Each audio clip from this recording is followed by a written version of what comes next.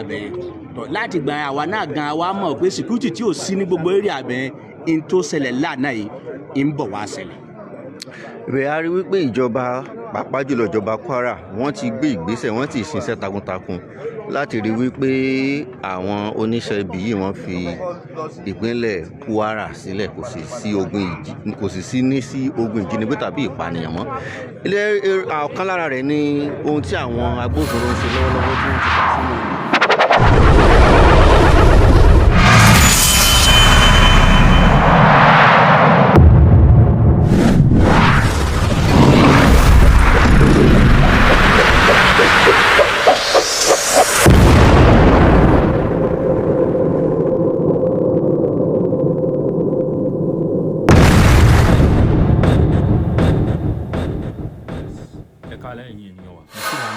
níbikíbi tí a bá wà, Àkàlàmàgbò TV náà ni àkóbí ojú ọjọ́ ṣe rí. Ẹ wo ìkọlù ńlá táwọn agbésùnmọ̀mí ti ṣe ní ìlú Kwara.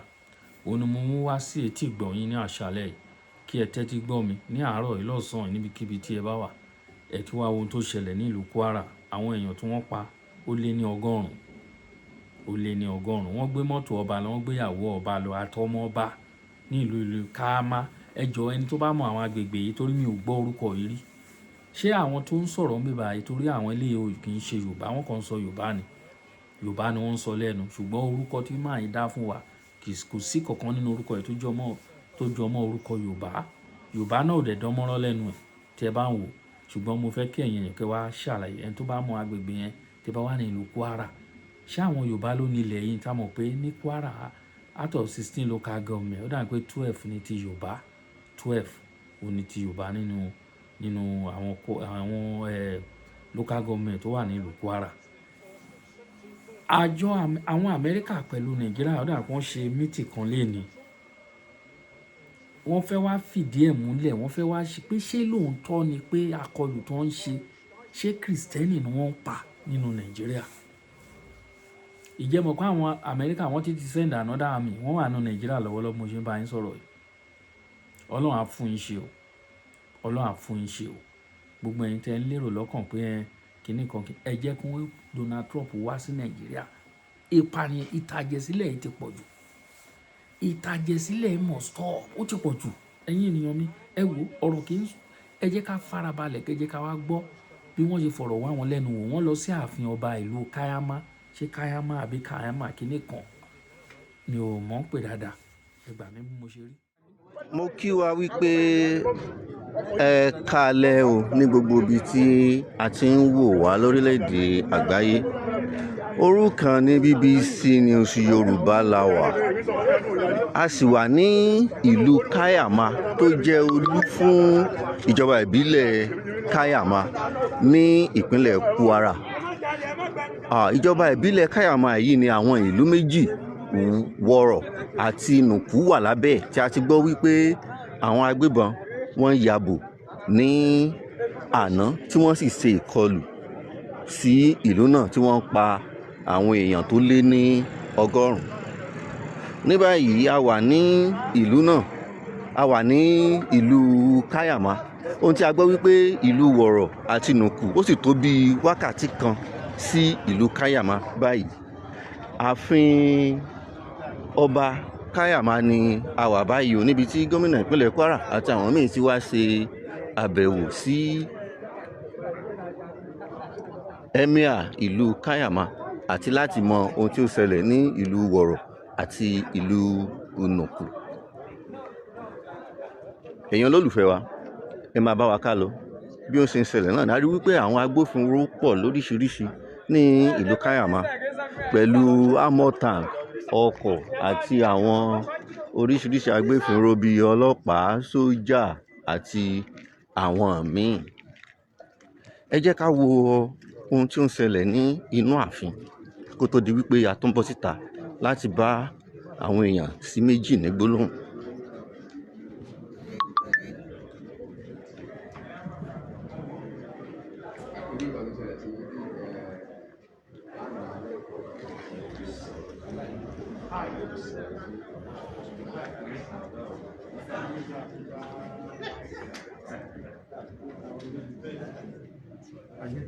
Over. Next one. Yes, sir. Abos now. Yes, sir.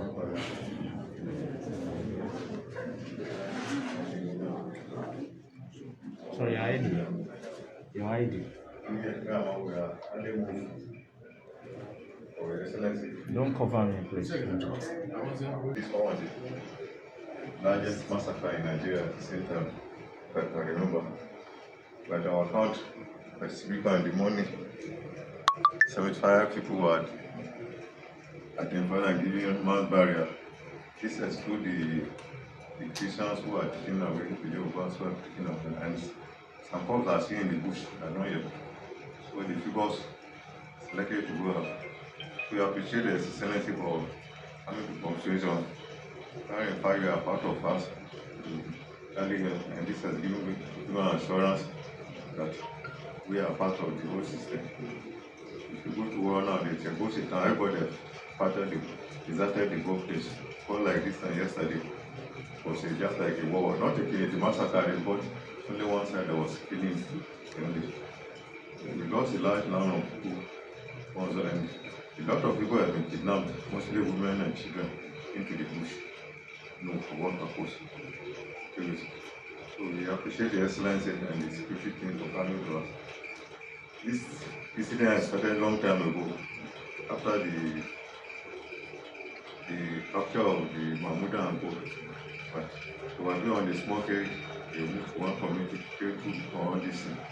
After the point that went and they took the two Chinese to the site on Botica and Masaduna. But this week, basically started with using Gogo where they did to went to Degeti, they did to in the night on the market days. We didn't know that it's going to be on this large scale like this one. The Wara home is this one. They gave us a notice that they are coming to preach, and nobody objected to it. Only to find out that they, instead of coming to preach, they are coming to massacre. We pray that God will give the force of those and everything. We appreciate the Excellency for all these things. We don't say that the army, at least we have the army units there before they were, the soldiers themselves were ambushed, and one was killed in Luku, right out of those in Danu or Woro. They have to take for themselves, but because of that, they need to withdraw the soldiers from those sides and the other places. So we trying to open it. But despite that one, the Excellency has given us assurance that the forest guard and everything. Well, we have been thinking how we will mobilize them, but our fear is that these people are at the edge of the national park where these people are native. They should go and murder all this unless there is a structure that will involve people. For this to go very soon, so we will be able to guard them and all the rest. It's a very unfortunate step to the body.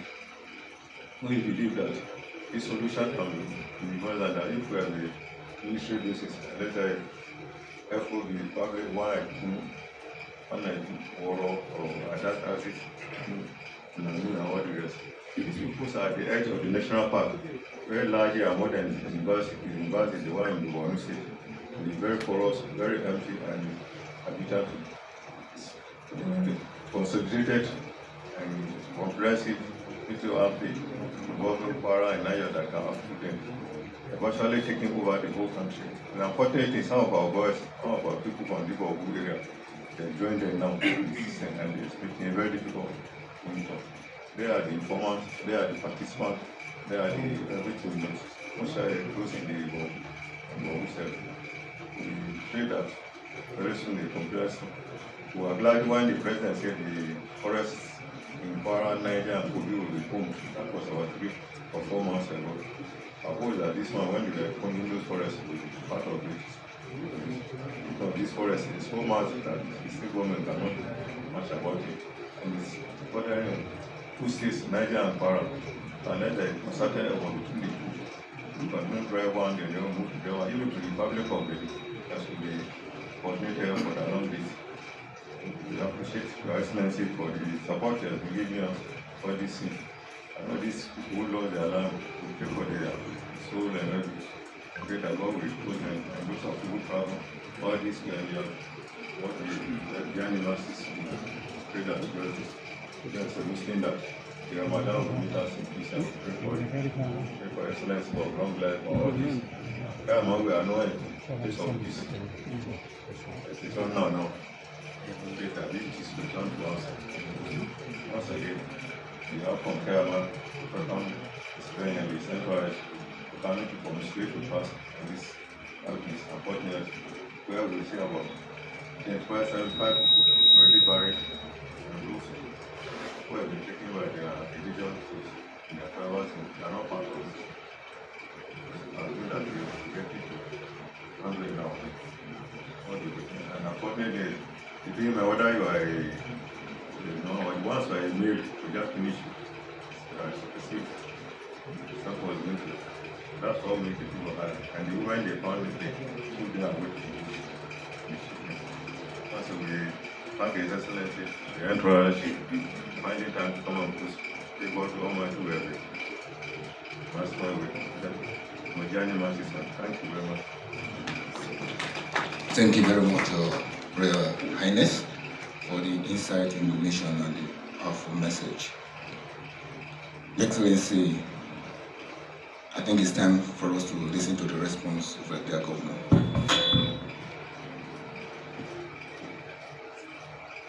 Assalamu alaikum. Members of the State Executive and Security Council here present, Your Royal Highness and your members of the court. It's sad that we're here today again to commiserate with you over the death of 75 of your subjects in Europe. Allah can help and can help the trust. The emirate is versatile. From the information of the agency,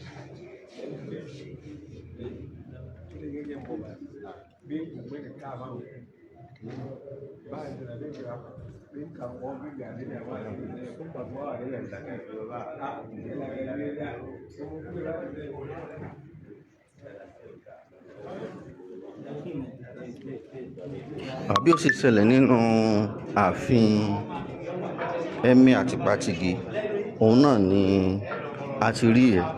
Ní báyìí a ti wà ní ìta ààfin níbi tí àwọn ènìyàn kóra jọ sí. Yóò sì wù mí láti bá ènìyàn kan sí méjì ní gbólóhùn.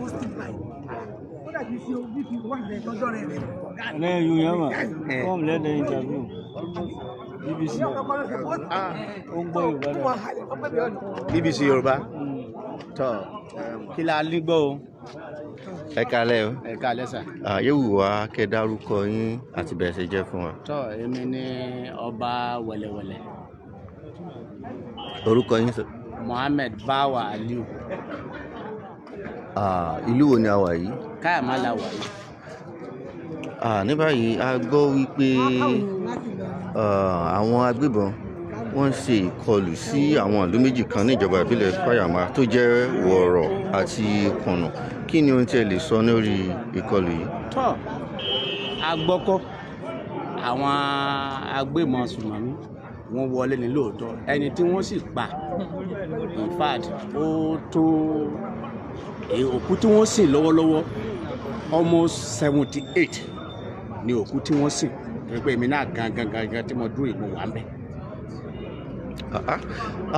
Ǹjẹ́ 78 yẹn náà ni iye àwọn tí wọ́n pa mọ́? 78 tí wọ́n pakọ́ àwọn òmíì wà tí wọ́n ti gbé wọn àti wọ́n ti lọ sí torí pé ìlú ti tú. Àwọn tí wọ́n ń rí ṣiṣẹ́ tí wọ́n ń gbẹ́ kòtò tí wọ́n ń ṣe gbá tí wọ́n ń ṣàwo wọn pọ̀ mọ́ ó rẹ̀ wọ́n. Even up till this night that I'm saying wọ́n sì ń rí àwọn òkú ọ̀kọ̀ọ̀kan. Wọ́n sì gbé ọkọ̀ ọba àti ìyàwó rẹ̀ kejì àti àwọn ọmọ wọn kó wọn lọ ní igbó. Nígbà tí a wá gbọ́ wọn ní ọkọ̀ kan wọ́n jóná bọ̀ ọkọ̀ jíìpù ti ọba wọ́n sì ń proceed pẹ̀lú ọ̀nà wọ́n ń lọ. So ohun tí ẹ sọ lérè pé báyìí ni wípé àwọn 78 yẹn kọ́ ni ó kú ó jù bẹ́ẹ̀ lọ. Ó ju 78 lọ. Ṣùgbọ́n àwọn tí wọ́n ń gbẹ́lẹ̀ ó ti rẹ̀ wọ́n. Ó ti rẹ̀ wọ́n. tó wọn àti ìsìn àwọn. wọn ti sin àwọn kan òkú sì wà ńlẹ̀ wọn tí wọn ti sin lọ́wọ́lọ́wọ́ báyìí tí wọ́n fi bẹ́ẹ̀ lẹ̀. Irú ìkọlù yìí ǹjẹ́ ó ti ṣẹlẹ̀ rí sí ìjọba ìbílẹ̀ yìí tẹ́lẹ̀? Ti èyí tí àkọ́kọ́ gbọ́ ni eléyìí òun ló burú jù inú gbogbo àgbáyé Nàìjíríà yìí o eléyìí ló burú jù. Kí wá ni ohun tí ẹ rò pé ó fa eléyìí? Ǹjẹ́ ẹ rò wípé àwọn aráàlú gan wọ́n ń gbàbọ̀dè fún ìlú tí wọ́n sì ń ṣe agbódegbà fún àwọn oníṣẹ́ ibi yìí? Ó rí bẹ́ẹ̀ náà ló wà, torí pé àwọn kan wà tí èmi náà gan tí mo kó wá sí ìlú níbi tí a rí ràn wọ́n lọ́wọ́. Wọ́n ní àwọn kan ń sọ èdè Bòkó ti Bẹ̀nẹ̀ pé àwọn ó sun opó torí pé àwọn ọkọ wọn àwọn dà wọ́n sá ń béèrè wọn bẹ́ẹ̀, wọ́n ní àwọn ọkọ wọn ò sí nílé. At last wọ́n sá wàá padà rí àwọn kan tí wọ́n pa sójú wọn. Wọn ò fọwọ́ kan obìnrin, gbogbo ọkùnrin ni wọ́n dú. Gbogbo àwọn tí wọ́n pa yìí ọkùnrin ni, kò sí obìnrin ẹyọ kan níbẹ̀? Kò sí obìnrin kankan bẹ́ẹ̀, gbogbo ọkùnrin ni wọ́n dú. Wọ́n dú wọn lọ́rùn? Wọ́n dú wọn, wọ́n sì yìn wọ́n bà. Kí ni ohun tí ẹ lè sọ wípé ó fa ìkọlù yìí gangan, kí ló tó fi jẹ́ ìlú méjèèjì yìí ní ìjọba ìbílẹ̀ Kayama? Ẹni tí mo lè sọ ń bẹ̀ ni pé Ọlọ́run má jẹ́ ká rí aburú. Yorùbá ní ọ̀rọ̀ sùnùkùn, ojú sùnùkùn là ń fi wò. Ọ̀rọ̀ yẹn ó kọjá bí wọ́n ṣe ń wò. Ó yẹ kí ìjọba kó fọwọ́ sí kó bá wa, ibẹ̀ ni wọ́n ń gbé. Àwọn tí wọ́n máa ń lọ ń dẹ̀gbẹ́ wọn wá máa ń sọ tí wọ́n ń sọ fún ìlú tí ìlú náà sì ń sọ ní òkè. Bẹ́ẹ̀ tó fi wá lọ di pé wọ́n wá àtáàkì àwọn sójà tí wọ́n pa sójà ní Nuku. Ìjọba mà sí pé wọ́n pa sójà torí pé wọ́n sọ̀rọ̀ sókè. Wọ́n tún ṣe àwọn wọ́rọ̀, wọ́n lọ àtáàkì àwọn sójà ń bẹ̀. Wọ́n tún lé àwọn sójà kúrò. Láti gbà yẹn ni kò sí security kankan ní area abẹ́yẹn. Láti gbà yẹn àwa náà gan wa mọ̀ pé security tí ò sí ní gbogbo area abẹ́yẹn in tó ṣẹlẹ̀ lánàá yìí ń bọ̀ wá ṣẹlẹ̀. Bẹ́ẹ̀ a rí wípé ìjọba, pàápàá jùlọ ìjọba Kwara, wọ́n ti gbé ìgbésẹ̀, wọ́n ti ṣiṣẹ́ takuntakun láti rí wípé àwọn oníṣẹ́ ibi yìí wọ́n fi ìpínlẹ̀ Kwara sílẹ̀, kò sì sí ogun ìjínigbé tàbí ìpànìyàn mọ́. Ọ̀kan lára rẹ̀ ni ohun tí àwọn agbófinró ń ṣe lọ́wọ́lọ́wọ́ tí wọ́n ti dà sínú igbó, tí a sì gbọ́ wípé wọ́n sì ń pa àwọn oníṣẹ́ ibi yìí. Kí ni ohun tí ẹ̀yin lè sọ sí eléyìí? MB ọ̀dọ̀ wa ní ogbó yìí dé, that was last year ni àwọn sójà wa tí wọ́n ṣiṣẹ́ ń bẹ̀. Area tí àwọn sójà ṣiṣẹ́ area ṣáìdì Wọ́rọ̀ ni àbí ṣáìdì Kẹmanjí ni. Ṣáìdì Wọ́rọ̀ yìí forest yẹn bẹ̀rẹ̀ láti Wọ́rọ̀ tó lọ kan Wáwá ni. Wọn ò ṣiṣẹ́ area bẹ̀yẹn. Nígbà tí wọ́n wọ bẹ̀yẹn wọ́n sá wá ṣáìdì bí. Ìjọba ń gbìyànjú lóòótọ́, àmọ́ ó tún kù díẹ̀ káàtó. Afẹ́ kí wọ́n tó gbìyànjú kún ràn wá lọ́wọ́, àìjẹ́ bẹ́ẹ̀ kò tiẹ̀ ní tí wọ́n ń pè ní ká lọ sí sùkúù kò jọ. Ẹ ṣé púpọ̀. Ẹ jọ̀ọ́ kí a tún máa lọ láti ìlú Kayama tí a wà yìí títí dé agbègbè Wọ́rọ̀ àti Nuku, ó tó bí wákàtí mélòó? 35 kìlómítà ni. 35 kìlómítà. Ìyẹn já sí pé tí a bá sì fẹ́ gbéra lọ síbẹ̀ báyìí, iṣẹ́ sì tún kù fún wa. Dáadáa. Ẹ ṣé púpọ̀. Ẹ jọ̀ọ́ ẹ̀yin náà àmọ́ bóyá ẹni gbólóhùn kan sí méjì tẹ́ fẹ́ bá wa sọ lórí ọ̀rọ̀. Mo ní ni pé kí ìjọba Kwara kó ràn wọ́n lọ́wọ́ lórí ọ̀rọ̀ tó ń ṣẹlẹ̀ yìí, torí pé ìlú gbogbo fíléèjì Kayama ní ìsìn kò sí stable of mind mọ́, insecurity ti pọ̀. A fẹ́ kó ìjọba Kwara bó. Bẹ́ẹ̀ kí lẹ fẹ́ kí ìjọba sì pàápàá jùlọ ní tí ìjọba ti gbé ìgbésẹ̀ tí wọ́n yìí ti da àwọn agbófinró sínú igbó wípé kí wọ́n máa lé àwọn oníṣẹ́ ibi yìí kúrò, kí ni ó tún kù àti pé kí lẹ̀yin tún rò pé aráàlú lè ṣe láti fi ran ìjọba lọ́wọ́? Aláàrú náà gan àwọn náà gan á fọwọ́ pàmì ká ran ìjọba lọ́wọ́. Àwọn tí wọ́n ń ṣe irú kí tí wọ́n bá rí wọn kó máa sọ fún ìjọba, kó máa sọ fún àwọn security pé wọ́n rí wọn báyìí, kálukú kó máa dákẹ́ mọ́. Ẹ ṣé púpọ̀. Orúkọ yín ká tó máa lọ? Alhaji Hussein Yakub. Ẹ ṣé gan. Ọ̀rọ̀ láti gbọ́ yẹn ní ẹnu àwọn ará ìlú Kayama níbi tí a wà yìí tó jẹ́ ààfin Emir ti ìlú Kayama. Alhaji Hussein Muazu. Orúkọ emir náà ni Alhaji Hussein Muazu. Tí ẹ bá yẹ̀ ṣẹ̀ ń darapọ̀ mọ́ wa orí ìkànnì BBC Yorùbá la wà. A wà ní ìlú Kayama ní ààfin emir ti ìlú náà. Lọ́wọ́lọ́wọ́ báyìí gómìnà ìpínlẹ̀ Kwara Alhaji Malam Abdulrahman Abdulrazak wọ́n wà nínú ilé níbi tí wọ́n ti lọ kí emir náà fún lórí ìkọlù tí ó ṣẹlẹ̀ sí àwọn ìlú méjèèjì.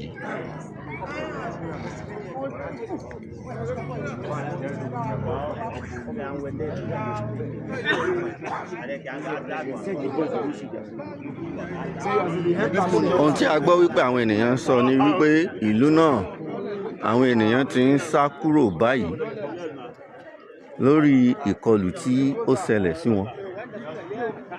Èèyàn kan sọ wípé ó tó ènìyàn ó dín méjì ní 78 tí wọ́n ti sin ìkú wọn báyìí. Ó sì tún fi kún wípé àwọn tí ó ń gbẹ́lẹ̀ gan ó ti rẹ̀ wọ́n ó ti sú wọn, àwọn ènìyàn sì tún kù tí wọn ò tíì sin. Bí ó ṣe ń ṣẹlẹ̀ lọ́wọ́ ní orí ìkànnì BBC Yorùbá ní ìlú Kayama, òun náà ni à ń gbé wá sí etí ìgbọ́ àti ojú ìran wa báyìí.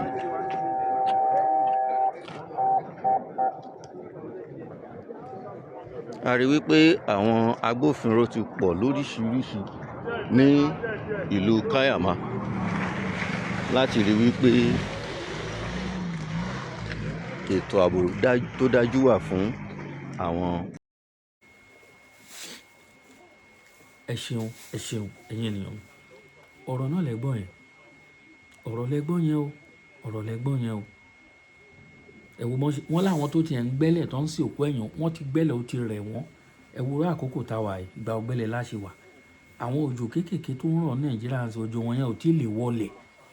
Kò tí ì lè wọlẹ̀ torí ìgbà ọ̀gbẹ́lẹ̀ náà wà. Òjò tètè rọ̀ lọ́dún yìí torí ó rà ń pọ́ all the state lójó ti rọ̀. Ọlọ́run á ṣàánú fún wa. Now àwọn Kwara ń pariwo lóyè Ìgbòho. Àwọn Kwara ń pariwo lóyè Ìgbòho. Ẹ̀yin èèyàn wa nílùú Kwara. Àpáyín rẹ̀. A wà lẹ́yìn digbí ṣùgbọ́n ẹ jọ̀ọ́ ẹ jẹ́ kó lóye ṣì sinmi. Ẹ jẹ́ kó lóye ṣì sinmi. Ẹ mọ̀ pé à ń gbà mí ẹ̀ ń ṣe mí ẹ̀ ń gbà mí òun lọ́rọ̀ wọn. Àwọn ló tú àwọn ará ibi síta.